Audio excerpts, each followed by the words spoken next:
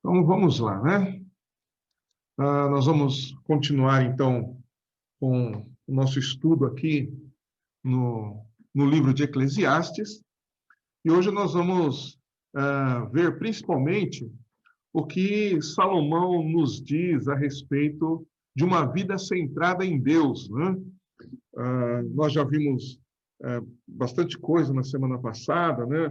A questão da autoria, a questão do título, o significado, né, do título, ah, e qual era a principal, qual foi, né, a principal, o principal objetivo, qual é o principal objetivo de Salomão, né? E hoje vamos ver, nós vimos também, né, a questão de alguns temas teológicos, né, que a gente que estão contidos no livro de Eclesiastes.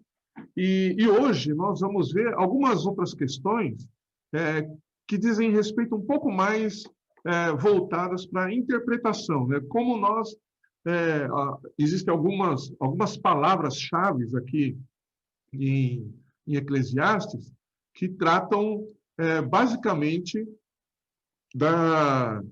de uma forma de como nós temos que interpretar ah, esses temas, né? Alguns temas que são falados aqui, né? Mas, antes da gente chegar nesse ponto aí, é importante a gente ver aqui que Eclesiastes, né, nesse livro, né? Peraí que tem gente querendo entrar aqui. Ok. Né, a Solange entrando aqui também. Em Eclesiastes, Salomão ele vai apresentar para nós a vida, né? Quando ele fala da vida, ele fala da vida como uma dádiva de Deus, né? Como um presente de Deus. Né? Não é simplesmente algo que a gente fica respirando, fica fazendo as nossas coisas, vai para lá, vai para cá e pronto. Não, é muito mais do que isso. Ele procura mostrar para nós que realmente a vida é algo que Deus nos concedeu e por isso ela deve estar centrada justamente em Deus. Se Deus é quem providenciou a vida, quem nos deu a vida, né, para que ela seja plena, para que ela seja satisfatória, para que ela realmente traga alegria, né, e não seja em vão, ela precisa estar centrada em Deus, né? E aí a gente vê, ele mostra também, né, que há um contraste, né, com o mundo. Por quê? Porque o mundo perdeu justamente a sua razão, né, ao buscar o sentido da vida fora de Deus. Né? Então, o mundo, as pessoas que vivem fora daquilo que Deus estabeleceu, do padrão de Deus de vida, elas acabam perdendo a razão e acabam não tendo satisfação na vida, que é uma dádiva de Deus, porque elas estão desconectadas daquele que providenciou a vida, daquele que dá a vida. Então, uma vida que é desconectada de Deus, né? E o mundo faz isso, né? O mundo perdeu a sua racionalidade justamente porque busca algum sentido na existência, mas através de uma conduta independente de Deus, né? Viver independente de Deus sempre vai trazer uma frustração, sempre vai trazer um vazio, sempre vai trazer algo insatisfatório. E Salomão vai mostrar, então, aqui que nós precisamos voltar os nossos olhos para Deus, né? Ele, mais uma vez, ele vai falar bastante do temor, né? Como ele disse bastante lá em Provérbios, através do temor, através de uma vida centrada em Deus, é que nós encontramos, de fato, a verdadeira satisfação e alegria. Né? Eclesiastes vai buscar também estimular, né? Na verdade, esse é o grande propósito. Né? Eclesiastes busca estimular o temor a Deus como chave para uma vida significativa em um mundo sem sentido. Né? Por que, que o mundo está sem sentido? O mundo ele está sem sentido porque ele deu as costas para Deus. Né? Por ter dado as costas para Deus, então perdeu totalmente o sentido. Né? E Eclesiastes, então, nos mostra que para nós termos sentido, né? Nós encontrarmos sentido na vida, nós temos que ter temor a Deus. O temor a Deus, como lá em Provérbios, nos conduz, né, à sabedoria, é o princípio da sabedoria. Aqui ele vai mostrar que o temor a Deus é que vai nos dar sentido na vida. A nossa vida vai ter uma razão, nós vamos encontrar ou vamos olhar para a vida como uma dádiva de Deus, e isso sim é que vai trazer satisfação para nós, ok? Para nós compreendermos esse livro, é necessário uma correta interpretação de algumas expressões, né, como eu disse há pouco. Então, vamos pensar um pouquinho, né, em algumas expressões, né, que são trazidas aqui no livro de Eclesiastes, para nos ajudar nessa questão. Inclusive, interpretação bíblica é algo que nós precisamos aprender a desenvolver, né? Não sei se vocês se lembram, certa vez um doutor da lei perguntou para Jesus a respeito dos mandamentos, né? Qual era o maior dos mandamentos. E a primeira pergunta que Jesus fez, respondendo à pergunta do doutor da lei, foi: o que diz a lei? Perguntou para ele o que diz a lei. E aí ele falou. Né? Na verdade, Jesus emendou duas perguntas. Né? Falou: o que diz a lei? Como você a interpreta? Como nós interpretamos a Bíblia vai determinar a maneira como nós vamos responder a ela. Né? E é justamente a interpretação de algumas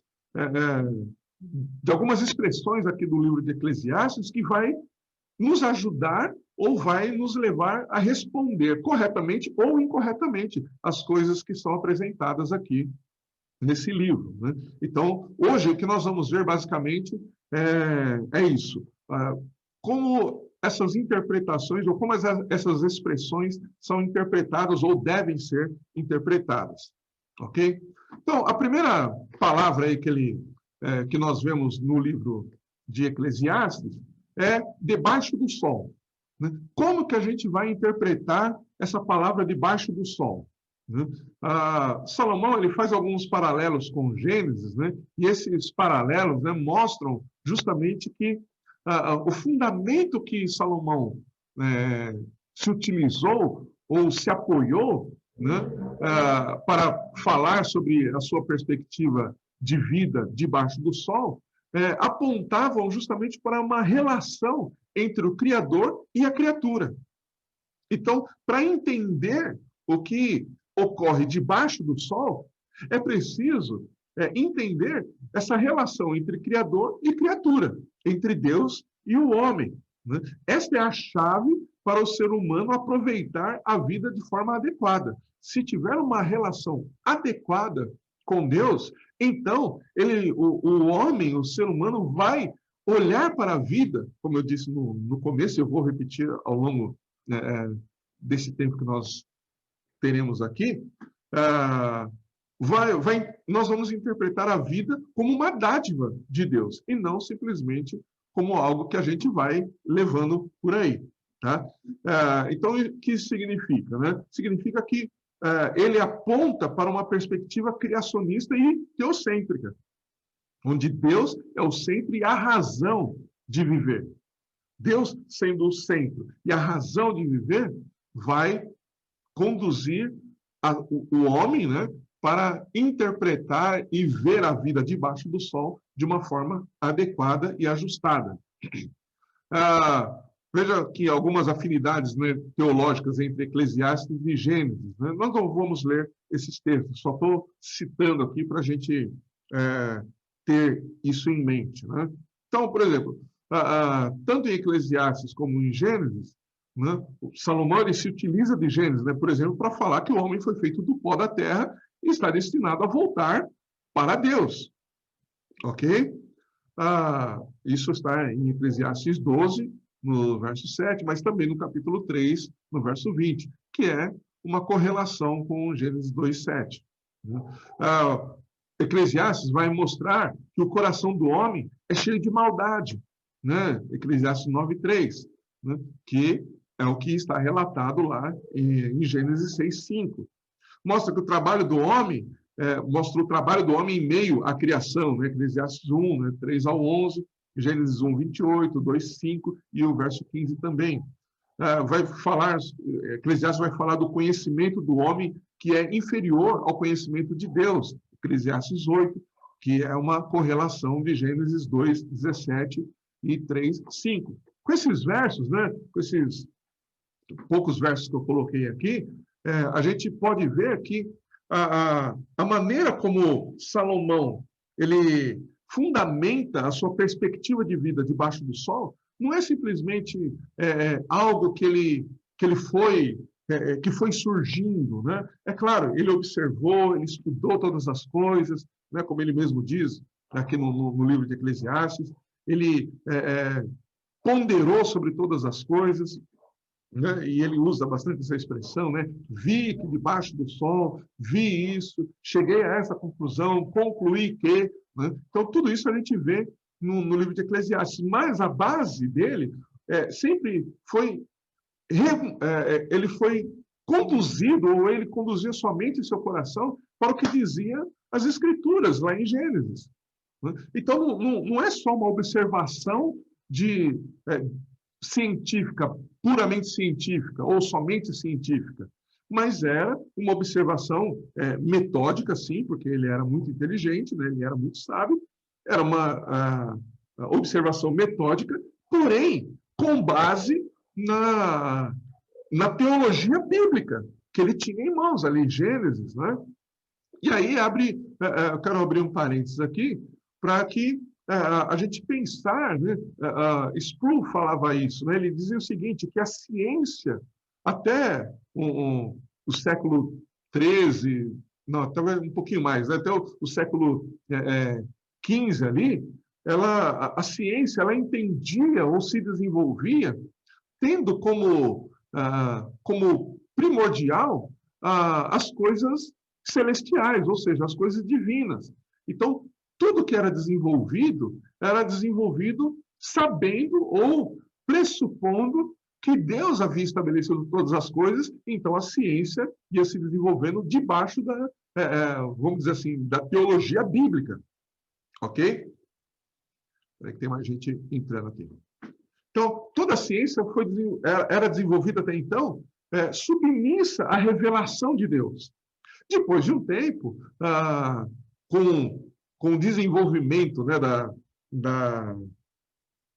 da crítica, né, da crítica textual, né, foi também se desenvolvendo uma filosofia que questionava a existência de Deus, e aí a ciência se divorciou da divindade, se divorciou da revelação de Deus. E aí a ciência passou, eu estou generalizando aqui, mas na verdade não é uma coisa generalista, né? Eu estou falando num contexto mais amplo, né? Que a ciência passou, então, a buscar provar que Deus não existe. Então, ela se colocou contra Deus, né? Toda ciência fez isso? Não, claro que não. Todo cientista fez isso? Não, é evidente que não. Né? Mas a ciência ela acabou se separando da revelação de Deus e procurou provar pelas coisas existentes que Deus não existe. Né? Mas até então, a ciência ela estava, se colocava claramente debaixo da revelação de Deus. E aí ela ia se desenvolvendo.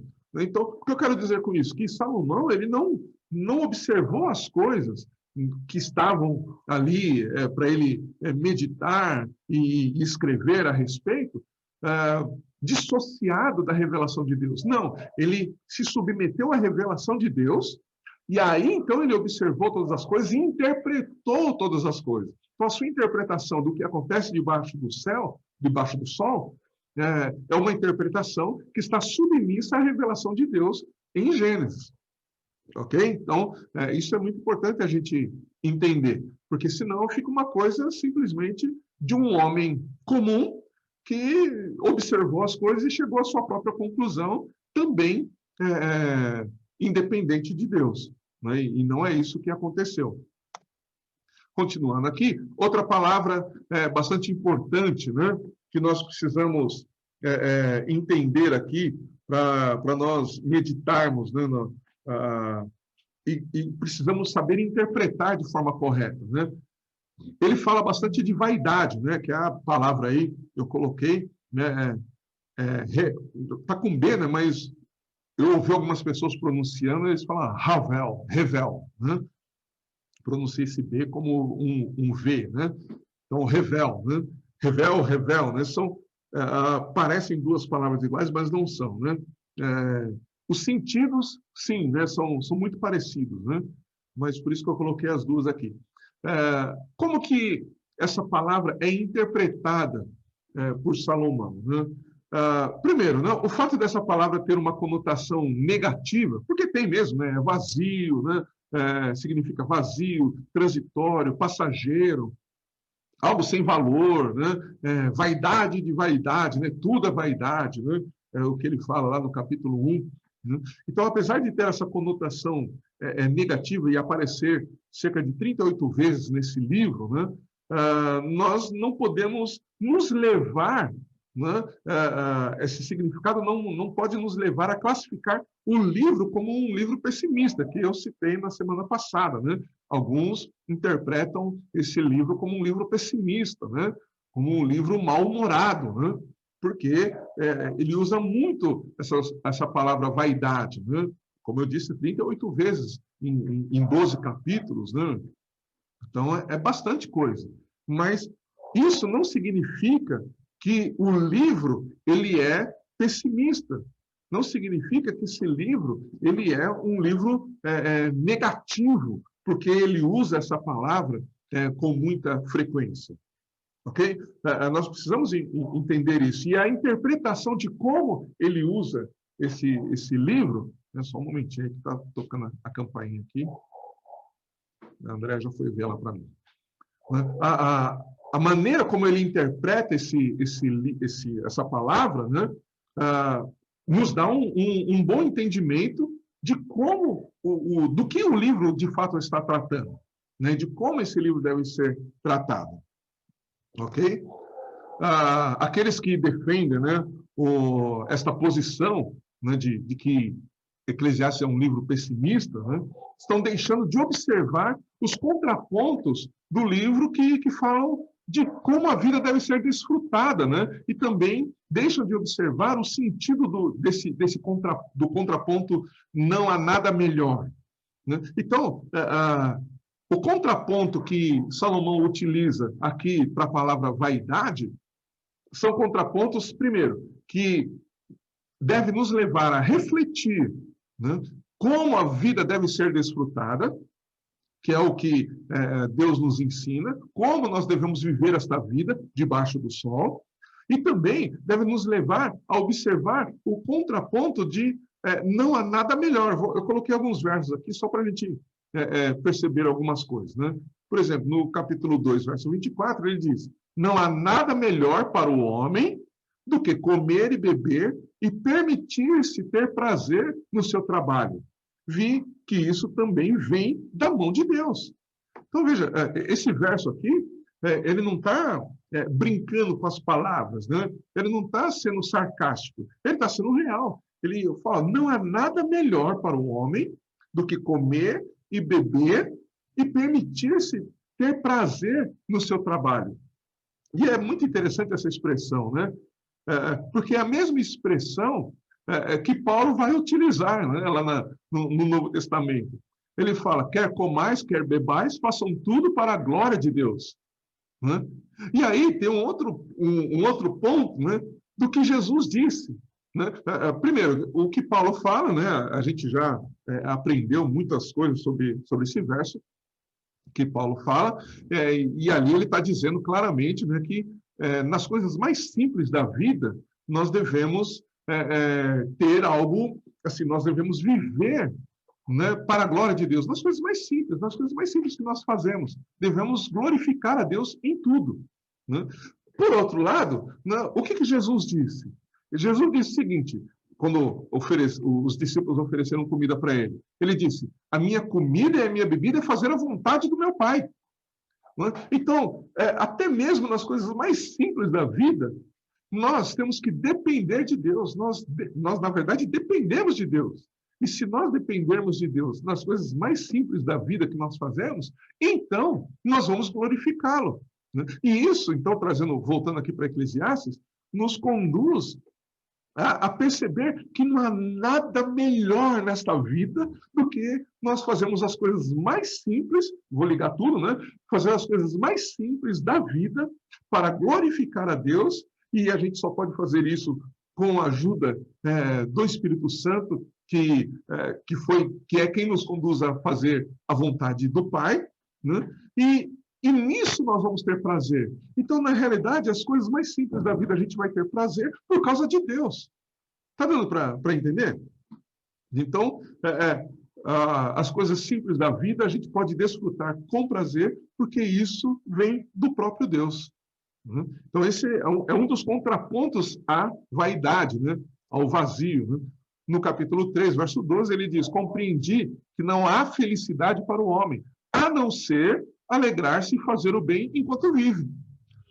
Como que a gente pode fazer o bem, né, nessa vida? Se nós deixarmos o Espírito Santo nos conduzir a fazer o bem. Ele nos conduz a fazer o bem. Entende? Verso 22. Assim, concluí que não há nada melhor para o homem do que desfrutar do seu trabalho, porque esta é a sua recompensa, pois quem o levará a ver o que acontecerá depois que ele se for? Né? Então, veja só, Salomão está dizendo aqui que o fruto do nosso trabalho também deve ser desfrutado, e isso é bênção de Deus. Quando a gente vê, na semana que vem, né, provavelmente a gente vai ver o verso 5 e o verso 6, e ali fica bem claro, né, vou dar uma adiantada aqui, como Salomão ele apresenta ali que, depois você pode ler capítulo 5 e o capítulo 6 de Eclesiastes, ele fala claramente ali que Deus é quem dá capacidade para o homem adquirir riqueza. Mas no capítulo 6 ele vai falar que Deus dá a capacidade do homem desfrutar daquilo que ele conquista. Entende? Então, o que nós estamos vendo aqui nesse capítulo 3? Que não é nada melhor, é a bênção de Deus nós desfrutarmos do fruto do nosso trabalho. E a gente não pode, claro que o livro aqui de Eclesiastes também nos traz a um equilíbrio, né? Mas a gente não pode deixar de desfrutar daquilo que é resultado do nosso trabalho. Devemos... Opa, tem alguém aí com o microfone aberto. Vamos ver quem está com o microfone aberto aqui. Acho que já fechou. Então, aquilo que a gente trabalha, e aí a gente tem resultado no nosso trabalho, a gente cumpre com as nossas responsabilidades diante de Deus, com a igreja, os nossos dízimos, nossas ofertas, mas a gente pode sim desfrutar daquilo que Ele nos deu, que é o fruto do trabalho. Afinal de contas, é Ele quem nos dá a capacidade de trabalhar e de produzir. Amém? E também o fruto vem dele. E Ele é quem nos dá essa permissão. Então, veja esse contraponto aí com a vaidade. Vamos seguir em frente aqui. No capítulo 5, verso 17, e por haver passado todos os seus dias nas trevas, com tantos sofrimentos, doenças e aborrecimento, aqui ele vem do verso 16, né, mas o que eu quero me deter aqui no verso 18. Né? Aqui está o que concluí. O bom e agradável na vida é comer e beber, desfrutar o resultado de todo o seu duro trabalho debaixo do sol, olha aí, debaixo do sol, né? Todos os dias da vida que Deus lhe deu. Essa é a sua recompensa. Né? Só para a gente não ficar no vácuo aqui, no verso 16, ele, na verdade, é que tem todo o contexto aqui desde o começo do verso 1 do capítulo 5. Né? Mas a partir do verso 12 ele fala assim, o sono do trabalhador é doce, quer coma pouco, quer coma muito, mas a fartura do rico não o deixa dormir. Há um grande mal que vive debaixo do sol, riquezas que foram guardadas por seu dono para sua própria infelicidade. Se as riquezas dele se perdem num infortúnio, não deixará nada para o filho que lhe nascer. Como saiu nu do ventre de sua mãe, assim também se irá. Não terá nada para levar de todo o seu trabalho. Aí vem o verso 16, né, que diz, isso também é um grande mal. Assim como o homem vem, assim se vai. E que proveito terá por ter trabalhado para o vento? E aí vem o verso 17, né? E por haver passado todos os seus dias nas trevas, com tantos sofrimentos, doenças e aborrecimentos. Mas o que eu quero me deter aqui é essa conclusão que Salomão chega. Que bom e agradável na vida é comer, beber e desfrutar do resultado de todo o seu duro trabalho debaixo do sol, todos os dias da vida que Deus lhe deu. Né? E essa é a nossa recompensa, essa é a nossa bênção. No capítulo 8, verso 15, ele fala, por isso, exalto a alegria, porque não há nada melhor para o homem debaixo do sol do que comer, beber e alegrar-se. Isso o acompanhará no seu trabalho, nos dias da vida que Deus lhe dá debaixo do sol. Então veja que em todos esses versos, o que nós vemos é justamente que esse contraponto com aquilo que é vaidade. Né? Então, aquilo que é vazio, aquilo que é fútil, aquilo que não traz nenhum proveito, ele é resultado de uma vida que está desconectada com Deus. Mas quando nós estamos ligados em Deus, então o que nós temos é uma permissão de Deus, na verdade é Deus nos impulsionando a desfrutarmos de tudo que Ele providenciou. Né? E aí a gente vive esta vida que Ele nos deu como uma dádiva e não como um peso. Está vendo como esse livro não é pessimista? Esse é um livro que mostra a realidade. Nós vamos ver isso quando estudarmos os blocos de capítulos, né? Mas existem sim as dificuldades da vida, existem sim os problemas, mas a questão é que nós precisamos olhar para esta vida da perspectiva de Deus e não da perspectiva humana. E é para isso que Salomão tenta nos conduzir. Então, mais uma vez, percebemos que Salomão apresenta que tudo debaixo do sol que não esteja fundamentado no temor de Deus é fútil, vazio, transitório e é correr atrás do vento. Não é Salomão não está desprezando a sabedoria tradicional, né? Como se ela não servisse para nada. Se ela não servisse para nada, a gente não podia nem estar aqui, né? Compartilhando, cada um aí na sua casa. Alguns estão vendo depois, né? Mas isso é fruto da sabedoria tradicional. Né? Mas Salomão não está desprezando aqui a sabedoria tradicional. Né? Mas a percepção, ele traz aqui uma percepção da inutilidade dessa sabedoria quando ela está divorciada do temor de Deus. Então, a sabedoria tradicional, como eu disse há pouco acerca da ciência, ela não pode estar dissociada, não pode estar separada, né, da revelação de Deus. Porque se ela estiver separada, ou quando ela está separada da revelação de Deus, então ela se torna fútil, se torna vazia, transitória e insatisfatória.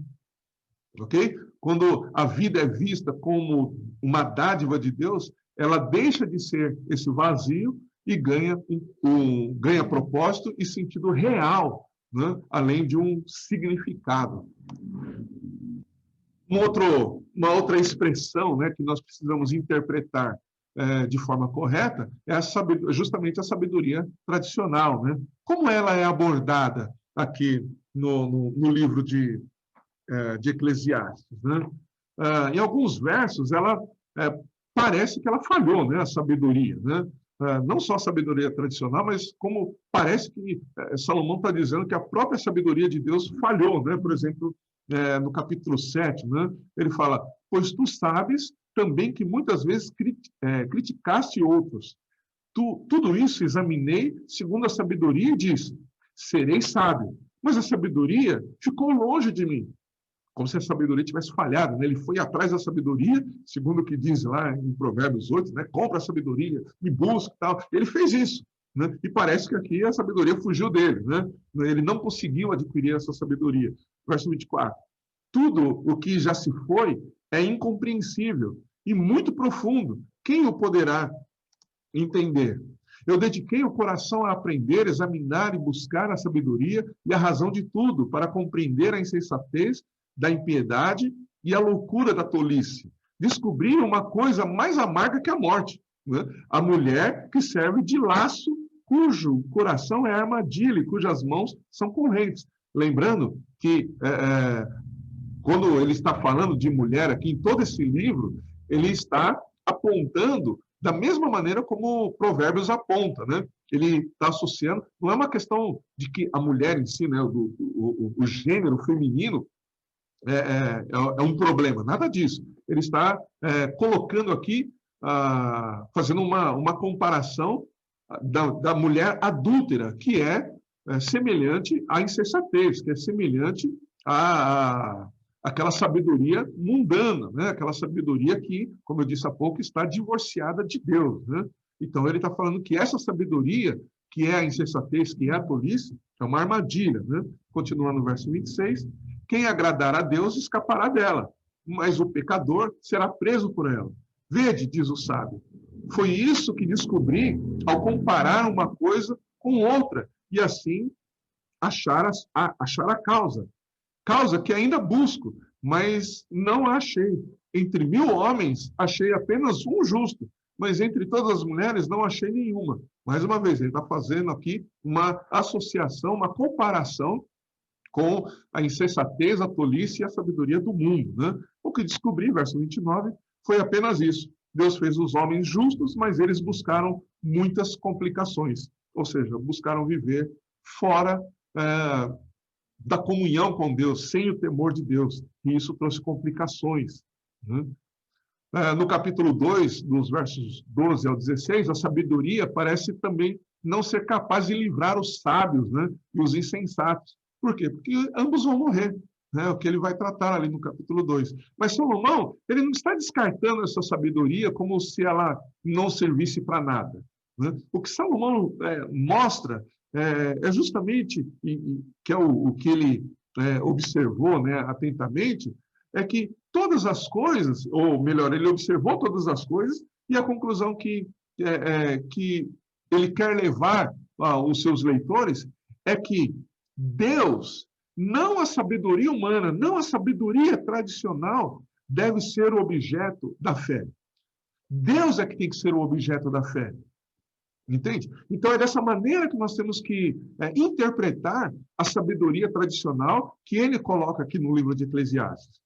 Que, se nós buscarmos essa sabedoria tradicional e nos apoiarmos nela para dar algum sentido na nossa vida, nós vamos nos frustrar, nós vamos correr atrás do vento. E ele, então, mostra aqui em todo o livro que é Deus que nós temos que buscar como fundamento e objeto da nossa fé. Ok? A confiança depositada na sabedoria tradicional, ela vai se mostrar inútil, mas a fé em Deus, ela é proveitosa e ela é eficaz. É isso que a gente, é dessa maneira que nós temos que interpretar a sabedoria tradicional aqui no livro de Eclesiastes. Ela não pode ser vista, né? Desculpa, o outro ponto, né, aqui, que nós precisamos interpretar bem, é a morte, né?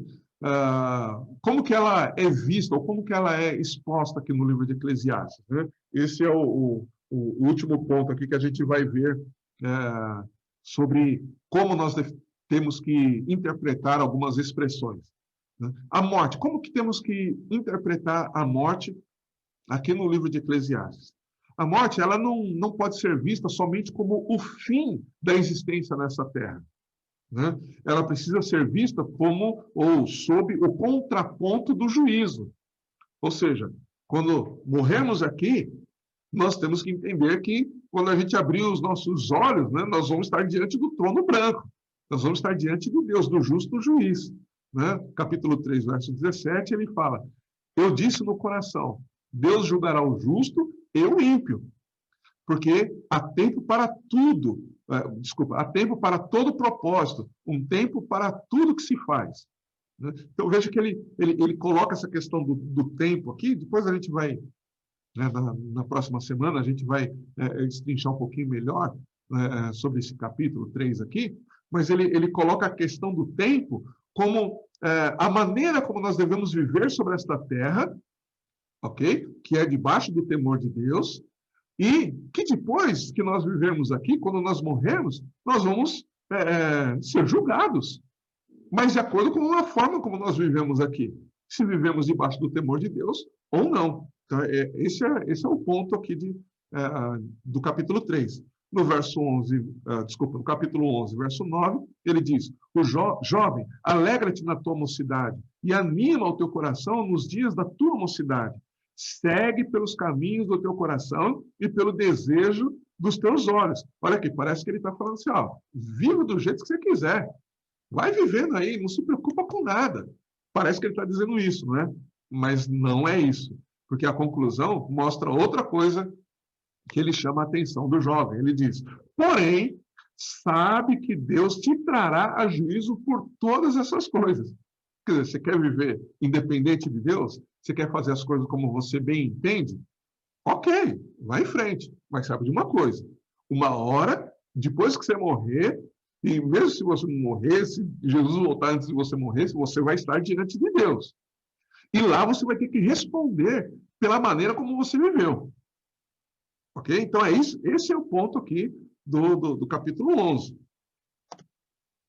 No capítulo 12, verso 14, né, ele vai dizer o seguinte: porque Deus levará a juízo tudo o que foi feito e até tudo o que está oculto, quer seja bom, quer seja mal. Percebe como ele vai trazendo a nossa mente e ao nosso raciocínio que nós precisamos pensar. É o provérbio que hoje é popular, né? Que aquilo que a gente planta, a gente colhe. Né? Mas o provérbio popular está limitado a essa vida. Né? Mas na Bíblia, esse provérbio se expande além da vida. Né? Porque ele se estende até o momento que nós estivermos lá diante de Deus e vamos ter que responder pela vida que nós vivemos. Né? Tudo o que nos resta após a morte é o juízo. Né? Então, Salomão apresenta que o desejo pela vida deve ser maior, sempre lembrando que viver esta vida sem o temor de Deus é um grande vazio. Então, o que nós vamos ter após a morte? O juízo. Então, Salomão ele chama a nossa atenção para nós desejarmos, primeiro, a vida. Deseje viver. Viva como essa vida que Deus te deu, como uma dádiva. Encare a vida como uma dádiva dele, um presente que ele te deu.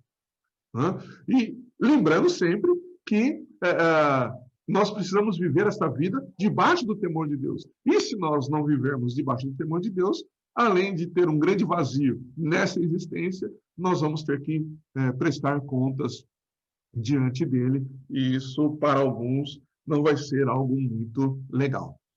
As observações de Salomão visavam mostrar que todo esforço humano não pode dar verdadeira satisfação e realização nesta vida. O temor a Deus é o único caminho para nós vermos a vida como um presente que Ele nos deu e é a única maneira dela ser satisfatória e significativa. E para terminar por hoje, né, nós precisamos ver, né, como que Salomão busca levar seus leitores a entender essa questão do temor e como que ele dá sentido e significado a estas coisas. Né? Como que Salomão busca levar seus leitores a entenderem que o temor é o que dá esse significado, esse sentido na vida. Né? Qual sentido? Que o temor é o caminho para vermos a vida como um presente que ele nos deu e é a única maneira dela ser satisfatória e significativa. Então, tem 4 pontos aqui que nós vamos ver ao longo dessas próximas semanas. Já quero me adiantar aqui que nós vamos até o dia 15, acho que são mais 2 semanas, né? E eu vou terminar no dia 15, e aí a gente faz um recesso, e aí a gente estuda se nós vamos continuar ou não, mas enfim. Os 4 pontos que ele apresenta ao longo de todo o livro, e é o que nós vamos ver a partir da semana que vem, observando os blocos de capítulos, né? É o seguinte: primeiro, Salomão busca levar seus leitores a entender essa questão de que o temor é que dá significado para uma vida real, verdadeira e com sentido, demonstrando que os esforços humanos não contém significado em um mundo que não traz realização pessoal ao homem. No capítulo 1, do versos 2 ao 11. Segundo, ele vai buscar levar os seus leitores a entenderem isso, demonstrando, por meio da observação, né, aí é ciência mesmo, observação, e da sua própria experiência, que o homem não pode derivar, ou seja, não pode obter proveito desta vida se, mais uma vez, ele estiver divorciado da comunhão com Deus e não a desenvolver ou não viver essa vida debaixo do temor de Deus. Em terceiro lugar, só tomar uma água aqui porque secou. Em terceiro lugar, ele vai buscar levar seus leitores a entenderem como que o temor promove esse significado na vida, demonstrando que o homem não pode encontrar ou conhecer o significado da vida a não ser que a desfrute sob o temor do próprio Deus. Capítulo 6, versos 10 e 11, né? Não, desculpa. Capítulo 6, do verso 10 até o capítulo 11, verso 6. O quarto ponto, ele exorta, né, seus leitores a desfrutar a vida responsavelmente sob o temor de Deus. Então, existe uma responsabilidade que é imposta sobre nós, e isso ele demonstra ao longo desse livro, e principalmente do capítulo 11, verso 7, até o capítulo 12, verso 14. Então, é isso que nós vamos ver na próxima semana, né? Ou com base nessas coisas, nós vamos olhar os blocos, né, de capítulos, né, e vamos tentar entender essas coisas aqui. Mas o que eu quero que fique claro no nosso coração hoje, né, na nossa mente, e para nós meditarmos, é que nós não podemos viver esta vida sem o temor de Deus, porque é o temor de Deus que vai nos levar a olhar para esta vida debaixo do sol, né, como uma dádiva que Deus nos deu, como um presente que Deus nos deu.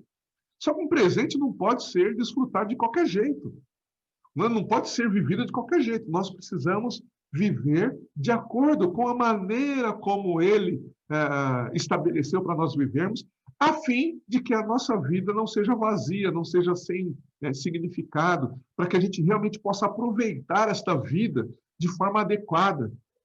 Então, isso tem que ficar bem claro. E tudo que a gente vê de negativo, né, vamos chamar assim, né, de negativo nesse livro de Eclesiastes, é porque é algo que está divorciado desse temor de Deus. Como eu disse, lá em Provérbios, o temor de Deus nos leva ou nos dá sabedoria, o princípio da sabedoria. Aqui, o temor de Deus, ele nos leva a vivermos esta vida de forma significativa, com propósito, né? Tem até um livro aí, né? Vivendo com propósito, né? Uma vida com propósito, né? Do Rick Warren, né? Que fez, é bem famoso, inclusive. Mas tudo isso, Eclesiastes nos mostra que só é possível se vivermos debaixo do temor de Deus. Então, que a nossa vida hoje, né, nas decisões que a gente toma, né, lembrando de Provérbios, nas coisas que a gente faz, que tudo seja feito debaixo do temor de Deus. Né, eu coloquei vários versos aqui que falam de comer e beber, né, que são as coisas simples da vida. Até isso, nós precisamos da ajuda de Jesus, e até nisso nós precisamos fazer as coisas mais simples do mundo, nós precisamos fazer debaixo do temor de Deus para que tenha algum significado. Se não, é correr atrás do vento, se não, é algo vazio, é transitório e insatisfatório. Amém? Espero que eu tenha conseguido passar aí para vocês aquilo que Deus me mostrou, né, e aquilo que eu estudei aqui.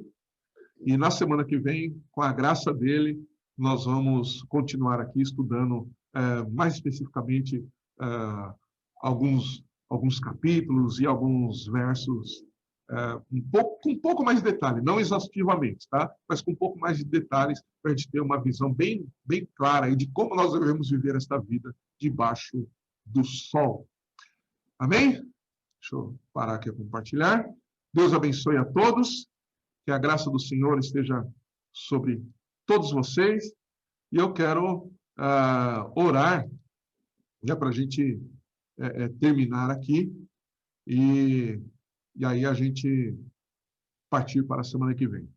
Senhor Deus bendito, nós te agradecemos por esse tempo que nós tivemos aqui, por esse tempo de compartilhar da tua palavra, de compartilharmos, o Senhor, dos ensinos que o Senhor nos traz através desse livro de Eclesiastes, que, ao contrário do que alguns dizem, não é um livro pessimista, não é um livro mal-humorado, não é um livro escrito na segunda-feira de manhã, quando as pessoas não têm prazer, quando as pessoas não têm nenhum tipo de alegria. Foi um livro escrito para nós desfrutarmos da vida debaixo do teu temor. Que o Senhor nos ajude a vermos a vida que o Senhor nos deu como uma dádiva e possamos vivê-la de forma responsável. E a única maneira disso ser uma verdade é se nós vivermos debaixo do temor do Senhor.